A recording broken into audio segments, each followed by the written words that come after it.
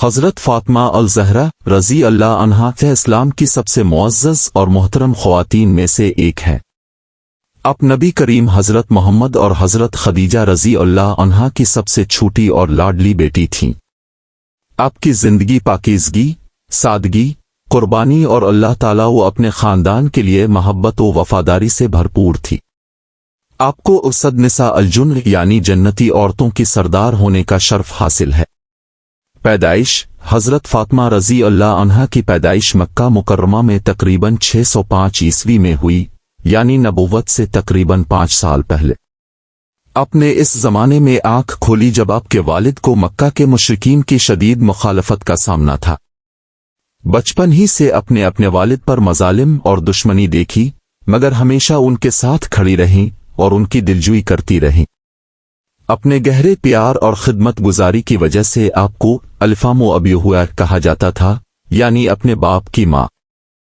حضرت فاطمہ رضی اللہ عنہا کے اوصاف میں شامل ہے: حیا، شرم و حیا، صبر و برداشت، تقوی و پرہیزگاری، سخاوت و فیاضی، عبادت و بندگی۔ اپنے ہمیشہ نہایت سادہ اور عاجزانہ زندگی گزاری۔ جو کچھ بھی ملتا اکثر غریبوں اور ضرورت مندوں میں بانٹ دیتی تھیں۔ حضرت فاطمہ رضی اللہ عنہا کا نکاح حضرت علی بن ابی طالب رضی اللہ عنہ سے 2 ہجری میں مدینہ منورہ میں ہوا۔ یہ نکاح خود نبی کریم نے کیا اور فرمایا کہ علی کا ایمان اور کردار فاطمہ کے لیے بہترین ہے۔ ان کا نکاح سادگی کی بہترین مثال تھا۔ مہر اور جہیز بہت معمولی اور سادہ تھا۔ اللہ تعالیٰ نے حضرت فاطمہ اور حضرت علی کو کئی نیک اور صالح اولاد سے نوازا۔ حضرت حسن رضی اللہ عنہ، حضرت حسین رضی اللہ عنہ، حضرت زینب رضی اللہ عنہا، حضرت الفام کلثوم رضی اللہ عنہا۔ بعض روایات میں ایک بچے محسن کا بھی ذکر ہے جو بچپن میں وفات پا گئے۔ ان کے دونوں بیٹے حضرت حسن و حسین رضی اللہ عنہما جنتی نوجوانوں کے سردار ہیں۔ حضرت فاطمہ ہمیشہ اپنے والد کے ساتھ رہیں۔ جب کفار مکہ آپ کو ستاتے یا زخمی کرتے تو فاطمہ آپ کے چہرے سے خون صاف کرتی اور تسلی دیتی۔ آپ نے اپنے والد کے مشن میں ہر مشکل گھڑی میں ساتھ دیا۔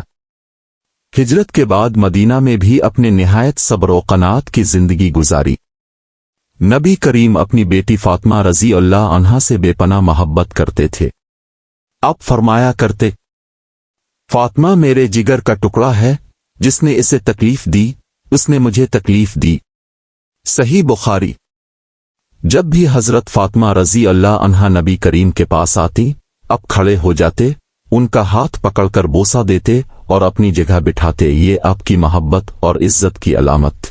رسول اللہ کے وصال کے بعد حضرت فاطمہ سے شدید غمگین رہنے لگیں۔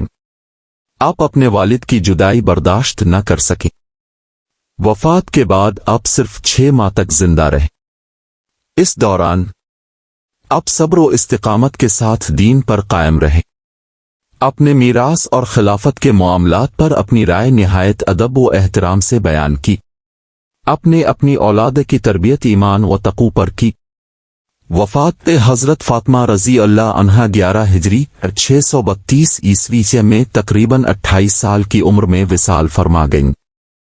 آپ نے وصیت کی تھی کہ رات کے وقت ان کی تدفین کی جائے تاکہ ان کی حیا قائم رہے۔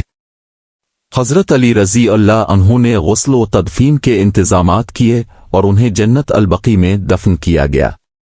آپ کی قبر کی صحیح جگہ آج تک معلوم نہیں، جیسا کہ آپ نے خود چاہا تھا۔